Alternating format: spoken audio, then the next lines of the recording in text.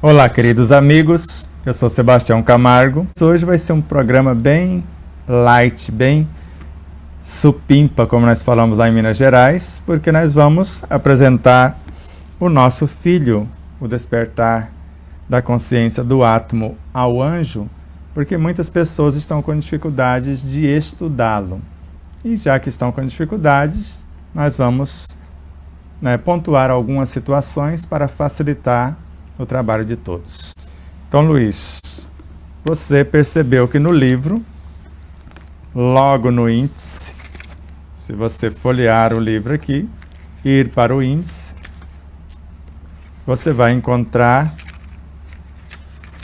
logo nas primeiras informações, vai vir depoimentos, onde estão os depoimentos de alguém que leu o livro, opinou sobre o livro, agradecimentos da obra e etc. Então aqui encontraremos facilmente esses depoimentos. Agora, a partir de outras informações, se você for lá no final do livro, já na página 432, como estudar essa obra. Então, um professor universitário, escritor com mais de 2 milhões de leitores, o Adi, que além de ser professor de direito, de direitos constitucionais, autor de várias obras, quer dizer, um professor nato, alguém que sabe o que está falando. Então, o Adi Lamego Bulus. Então, aqui você vai ver que ele colocou 4 itens de como estudar a obra.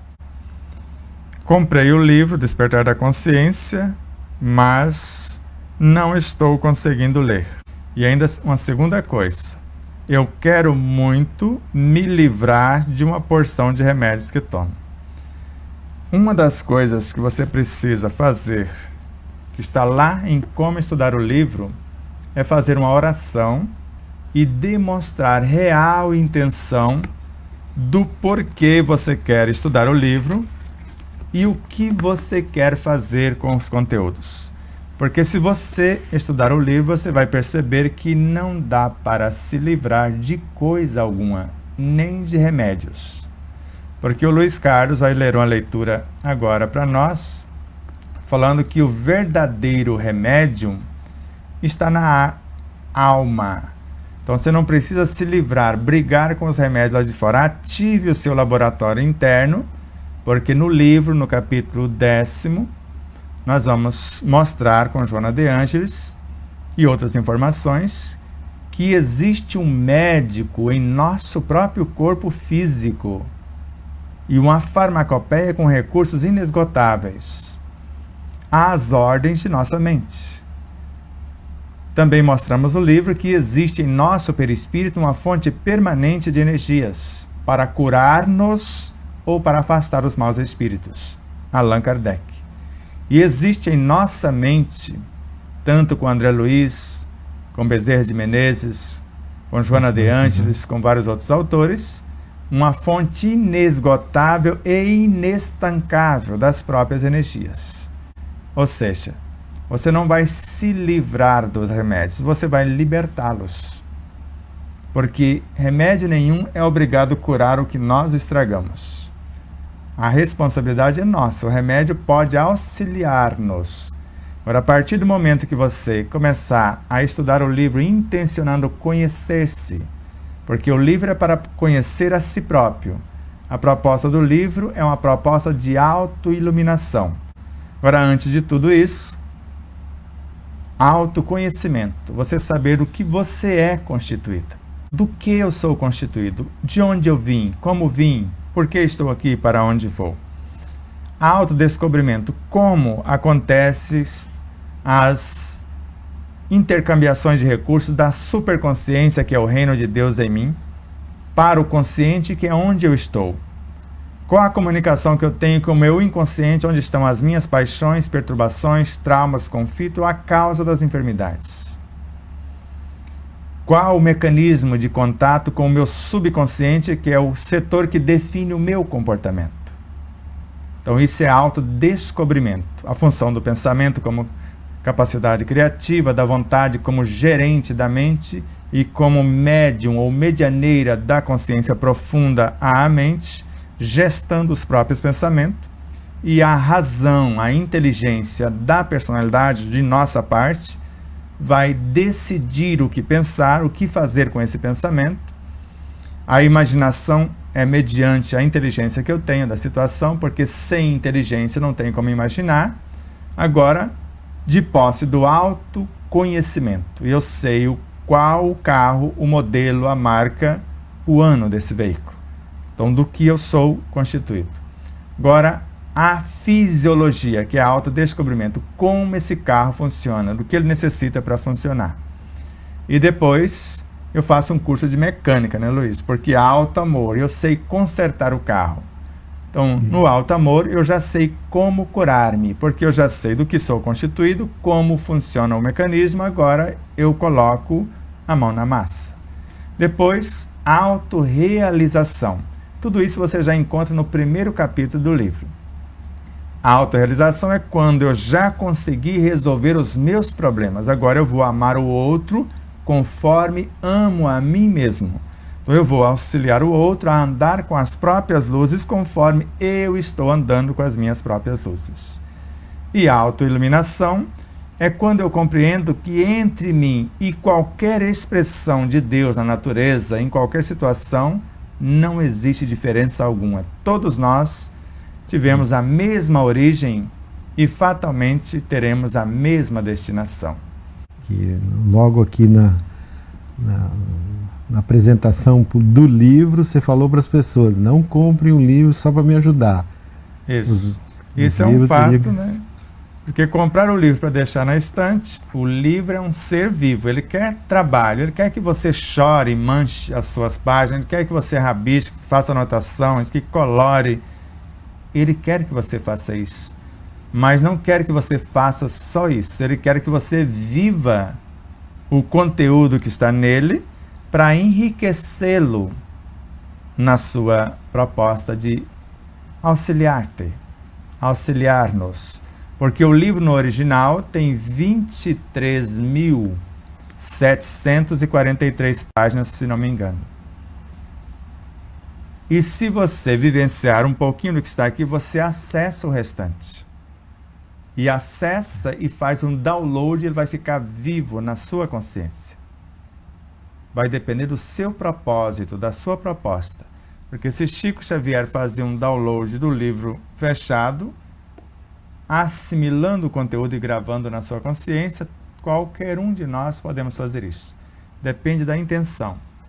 Então, quando eu digo sempre, não compre o livro só para ajudar, não faça isso. Agora, compre o livro se quiser estudar. Não dê o livro de presente se você não tiver a certeza que a pessoa vai estudá-lo. Ler não adianta, porque o autor citado, que está aqui no final da obra, o Adi Lamego Bulus, ele narra que esse livro tem que ser lido pelo menos 200 vezes, para não dizer o resto da vida, porque é um livro de cabeceira, porque ele é a síntese de mais de 1.700 livros. Por essa explanação que você fez aí, né, dos vários processos até a autoiluminação, então deu para entender que nós estamos na terceira fase, que seria esse auto-amor, em que nós vamos tentar consertar o nosso próprio equipamento. Não estamos ainda aptos a tentar, ou antigamente nós pensávamos diferente. Não, eu vou lá, eu vou impor a minha mão e a espiritualidade vai assistir, eu vou poder ajudar. Eu sei que pode existir isso sim, mas a gente sabe, né, que o processo de compreensão que você nos trouxe aí, do autoconhecimento, autodescobrimento, vai facilitar demais que a espiritualidade possa fazer outra coisa. E você, diante do conhecimento vivenciado, poderá aplicar em outras pessoas. Eu queria que você comentasse um pouquinho. E eu acredito que nós estamos fazendo aquecimento para entrar na primeira página. Porque precisa estar presente e prestar atenção, porque senão a gente vai estudando meio por cima, como está na própria obra, a recomendação de Kardec, na introdução do livro, que nós colocamos com muito cuidado e com respeito ao próprio Kardec, na página 29, ele começa dizendo na página 28, eu começo dizendo na página 28, lembrando Kardec, quem quer aprender uma ciência deve fazer um estudo metódico dela. Começar pelo início, que é uma ideia. O livro é uma ideia que sintetiza incontáveis ideias. Então, começar pelo início e seguir o encadeamento e o desenvolvimento das ideias. Você conhece um amigo nosso que falou, eu não vou ler o livro porque repete toda hora. Em cada capítulo repetimos, sim, às vezes em cada item. Mas toda vez que se repete um conto, apresenta-se um ponto a mais, uma visão diferenciada, que é a didática do próprio Kardec, dos próprios espíritos. Aí Kardec segue. O que caracteriza um estudo sério é a sequência que se dá a esse estudo. Então, um grupo de estudo que vai ter uma sequência, uma disciplina, uma perseverança, etc. Mas precisa ser nesses termos ainda com Kardec. A verdadeira doutrina espírita está no ensino dado pelos espíritos. E completo eu, que são livres pensadores, filósofos, cientistas e religiosos. E os conhecimentos que esse ensinamento comporta são muito sérios para serem adquiridos de qualquer outro modo que não seja por um estudo atencioso e contínuo, feito no silêncio e no recolhimento, porque somente nessa condição pode-se observar um número infinito de fatos e de detalhes que escapam ao observador superficial e permitem firmar uma opinião. Então veja, logo na primeira página, após 3 citações de 3 autores diferentes, nós começamos o enredo. Na realidade, foram uma de Camille Flammarion, depois André Luiz, depois Emmanuel. E nós começamos. Quando a individualidade moral. Isso, nos capítulos anteriores, está explicado a exaustão, que a individualidade moral é a inteligência. Nós colocamos aqui entre parênteses a inteligência. Então, a individualidade moral é a inteligência. Vou começar de novo. Quando a individualidade moral, a inteligência, se manifesta e se comporta de forma imprevidente, contrariando os reais objetivos da vida, por ignorar e negligenciar a lei de harmonia, desorganiza as delicadas engrenagens dos veículos de manifestação da consciência, podendo destruí-las pela ausência de valores mentais emotivos nobilitantes. Noutra parte do livro, falamos que a individualidade moral é a inteligência intelectiva, emotiva e espiritual.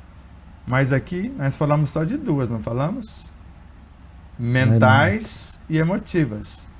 E essa mental e emotiva é nossa, da alma. A inteligência espiritual é quando eu, a alma, já estou tornando-me una com a consciência.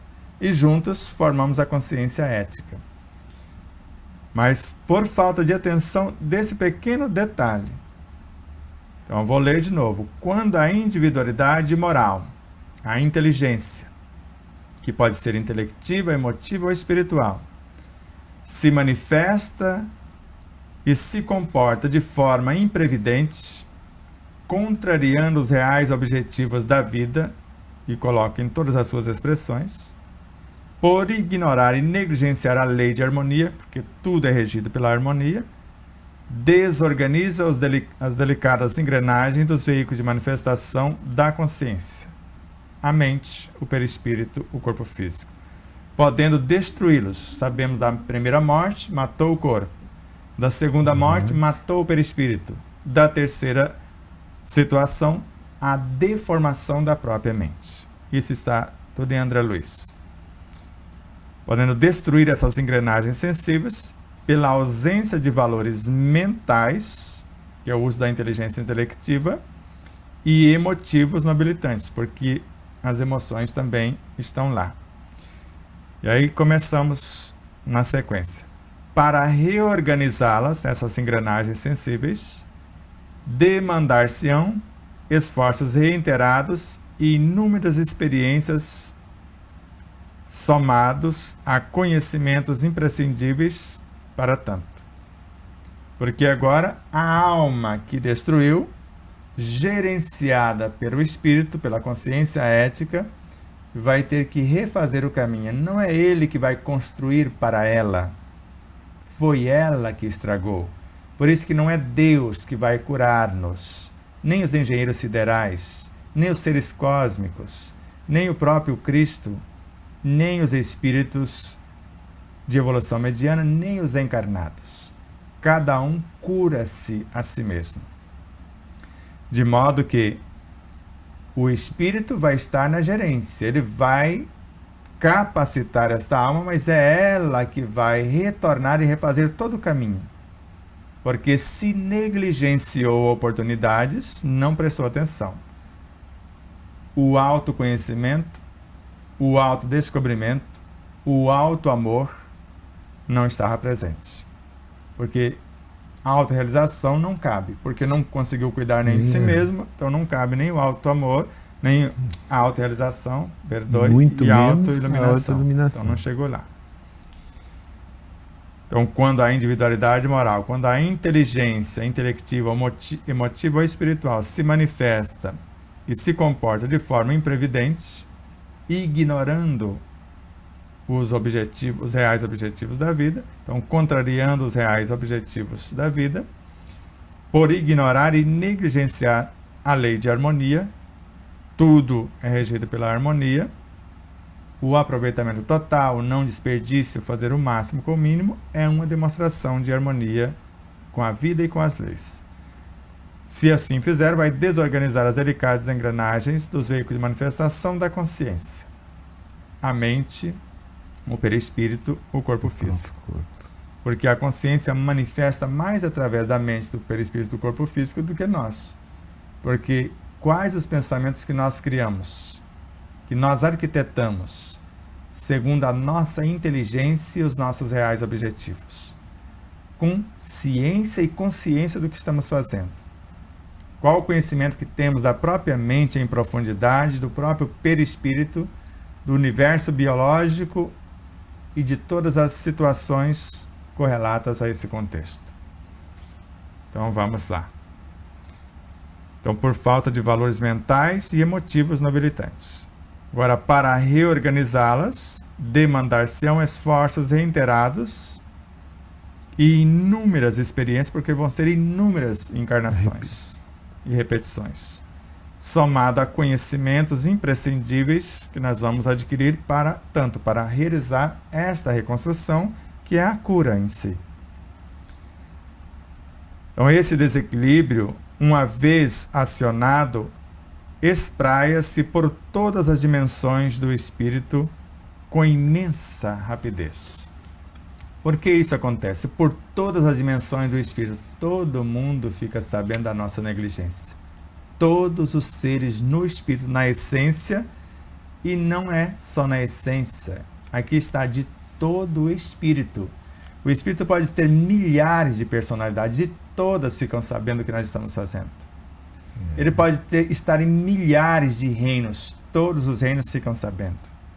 Agora tem até o Dr. Bruce Lipton, numa entrevista, e ele está falando que se eu sintonizar, o que nós já estamos falando há muitos anos, se eu sintonizo com o reino de Deus em mim, eu sintonizo também com o Dalai Lama, com Buda, com Krishna. Lá ele falou só do Dalai Lama, mas todos os Dalai Lamas. Então, se eu sintonizo com o que há de bom, ele próprio dizendo, se eu sintonizo com a cura, com a saúde, com o equilíbrio, com a harmonia, eu curo qualquer doença. Agora, se eu sintonizo-me com desequilíbrio, eu construo qualquer enfermidade. Então, não é só nós que estamos falando isso. Então, espraia em todos o espírito, porque todo mundo fica sabendo. Então, por isso, essa sutileza, esse desequilíbrio, uma vez acionado, espraia-se por todas as dimensões do espírito com imensa rapidez. Porque se Allan Kardec afirma, um pensamento bem arquitetado nos conecta com todas as nossas vivências, o mal arquitetado também. Só que é instantâneo. E não foi só aqui no espírito, porque eu ainda soneguei com todos os seres dentro de um mundo, porque isso está para trás no livro.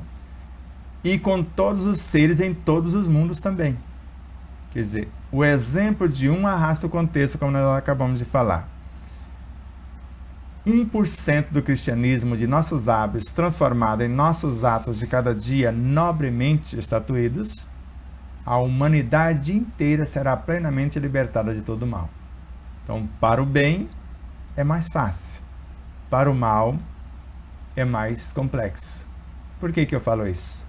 Mais trabalhoso. Às vezes você fica centenas de anos fazendo a coisa errada e não consegue adoecer o corpo. E se você toma a decisão, em alguns segundos você pode reconstruir o corpo. Por isso que o mal é muito mais lento e incompetente do que o bem. Porque assim que você decide, você reconstrói o corpo no relance. Porque a gente começa desatindo os excessos na alimentação, as noites de sono mal dormida, várias e várias coisas. O acúmulo disso através dos anos é que vai gerar lá na frente uma enfermidade X ou Y. Ou, quiçá, quando acontece de matar o corpo físico, desorganizar ou matar o perispírito e deformar a mente, isso já levou, às vezes, bilhões de anos. Não se faz isso numa única encarnação. Mas vamos lá. Vamos à leitura primeiro, para socorrer, que vai pegar o livro, vai convidar a sua consciência na completude para estudar juntos todas as suas dimensões do ser e do seu saber, intencionar aplicar o conteúdo, porque se ela quiser libertar os remédios, porque eles é que são prisioneiros, estão sendo escravizados para resolver situações que ela não está resolvendo, e se ela ler só a página 348, o processo de autocura, em voz alta, já vai aliviar a carga de medicação e já vai colocar o médico interno, que também está no capítulo 10º, em ação, e a partir dali vai ter todo o entusiasmo o ano para voltar lá no início e começar a estudar o livro. Então, e lembrar que o grupos de estudo ajuda muito a compreensão. Quando a gente lê sozinho em casa, ou mesmo estuda ele em casa, você pode ter alguma dificuldade. Mas o grupo ajuda muito. Mas vamos lá. Então, não é na alma que reside a fonte primária de todos os recursos medicamentosos definitivos. A assistência farmacêutica do mundo não pode remover as causas transcendentes do caráter mórbido dos indivíduos.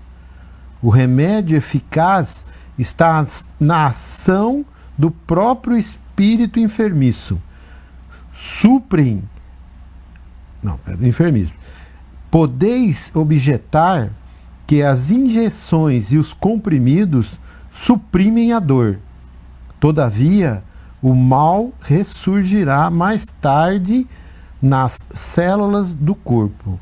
Emmanuel, do livro O Consolador. O Chico. Essa informação vai estar na segunda obra do nosso livro também. Então tá. Então, por Chico, por Francisco Cândido Xavier. Então, o verdadeiro medicamento está na alma.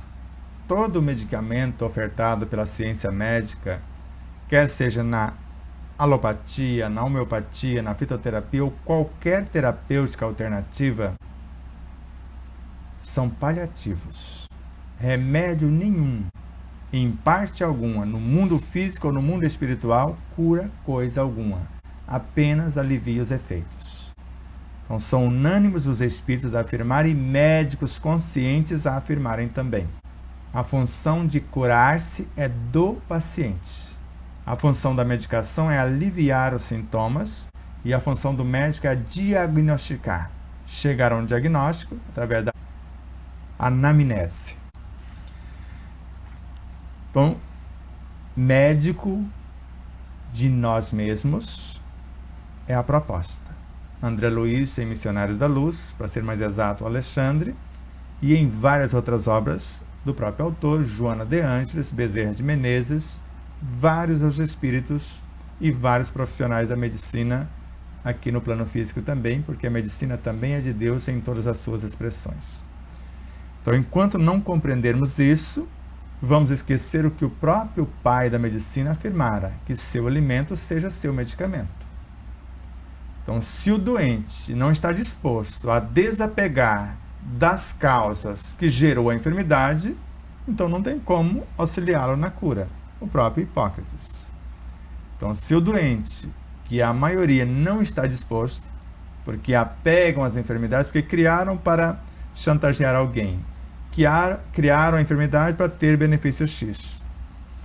Então, é possível curar-se de todas as enfermidades, mas antes precisamos mudar o comportamento que causa as enfermidades. Se forem os excessos de dentro para fora, corrigir. Se for os desequilíbrios de dentro para fora, melhor, se for os excessos de fora para dentro, corrijamos. Se for os desequilíbrios de dentro para fora, a mesma coisa. Então, é as duas coisas ao mesmo tempo. Não tem como corrigir de dentro para fora se simultaneamente não corrigirmos de fora para dentro. Para isso, a obra magnífica de Walter Franco, que voltou à pátria espiritual há pouco tempo, a quem agradecemos profundamente. Serra do Luar. Viver é afinar o instrumento. De fora para dentro, de dentro para fora, ou de dentro para fora, de fora para dentro. A toda hora, a todo momento. Tudo é uma questão de manter a mente quieta, a espinha ereta e um coração tranquilo. Respirar, meditar, etc., para começar o processo. Sebastião, minha meta perguntou de pensar nela primeiro, que seria o egoísmo, que era o trabalho dela. Eu respondi que a primeira pessoa que temos que amar é nós mesmos primeiramente. Estou errada? Está certíssima. É uma responsabilidade, porque não é só ler, é ler, compreender e vivenciar o conteúdo, porque senão não tem sentido. Então, o pensar em si, em primeiro lugar, foi a recomendação do próprio Cristo. Ame a Deus acima de todas as coisas e ao próximo como a si mesmo. Onde está o Deus que Ele diz para amar-nos? Aqui. Dentro de nós. O reino de Deus está dentro de nós. Deus e o Cristo também estão. Por isso, esse alto amor em primeiro lugar. Então, conforme eu amo a mim, consigo amar o outro. Mas, normalmente, a vida nos enfia o outro para eu poder saber quem sou, para aprender a amar a mim. Porque eu vou corrigir em mim o que me aborrece nos outros. Agora já é Bezerra de Menezes, por Chico Xavier. Porque a vida vai colocar um painel na minha frente, a manifestação de todos os seres com quem convivo, e conforme o comportamento deles, sejam eles quem forem, a causa perturbadora vai eclodir em mim. A dificuldade de relacionamento com algo, que pode ser um alimento, um animal e etc., um vegetal, etc., com alguém, que pode ser o vizinho, o amigo, o parceiro, a parceira, e etc., ou comigo mesmo.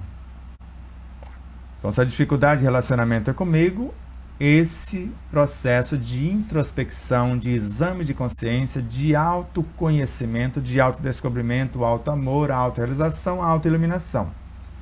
Se a dificuldade for com o outro, baseado no que o outro oferta, o desequilíbrio que ele apresenta, eu vou ofertar a outra face, a recomendação de Jesus.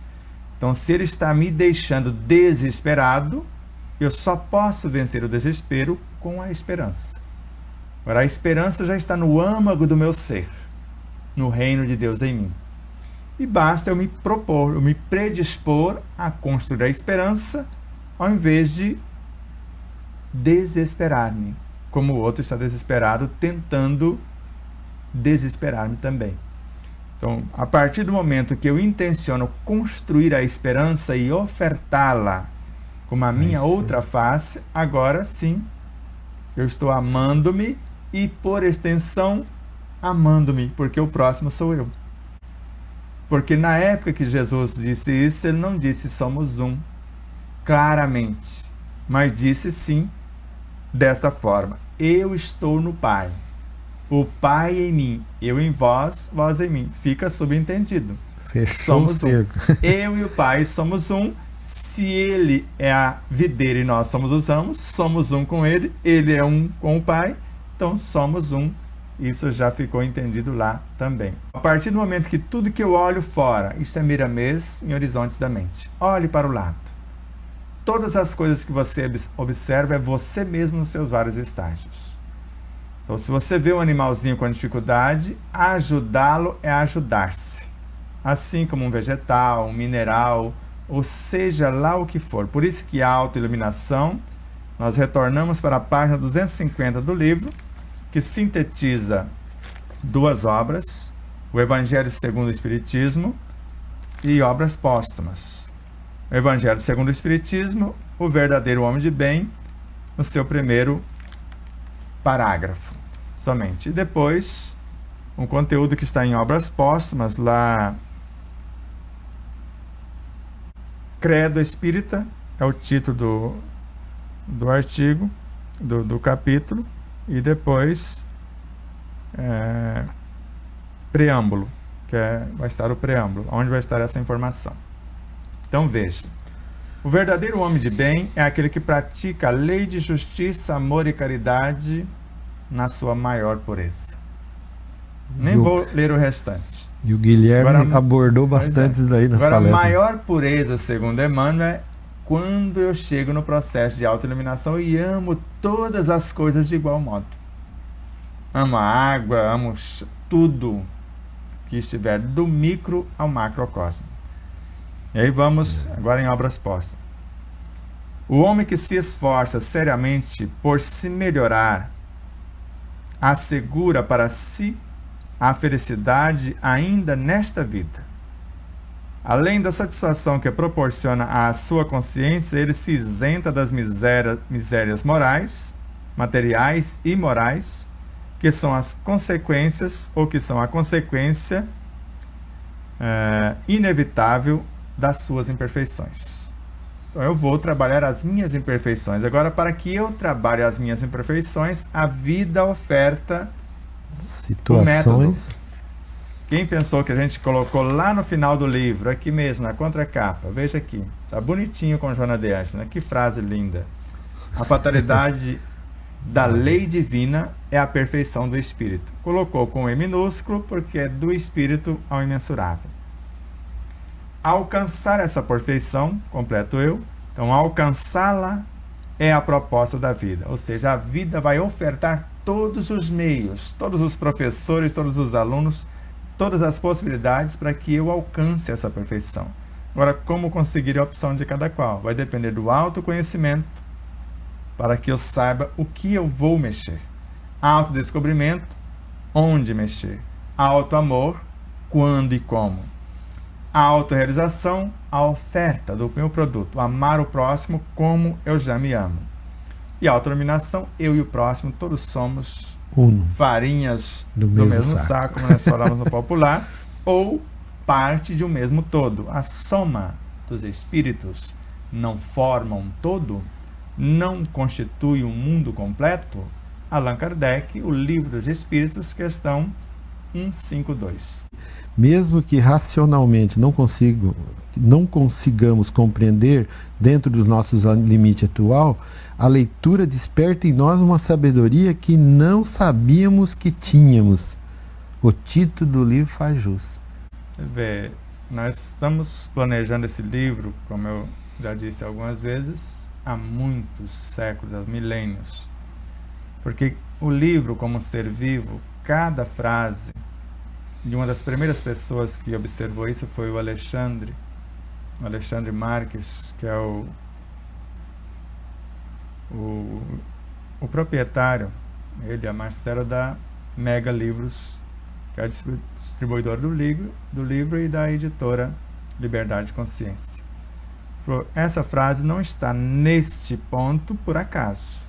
Ele procura sempre entender por que a frase não foi colocada ali, não antes, não no parágrafo anterior e não ali.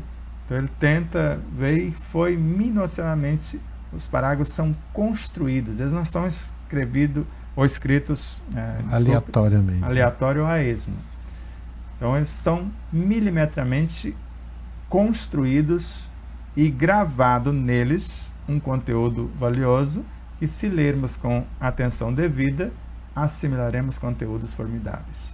Não só no que está escrito, mas principalmente no que não está no livro, porque nós acessamos, através dessa atenção, desse respeito, desse objetivo enobrecedor, os próprios originais.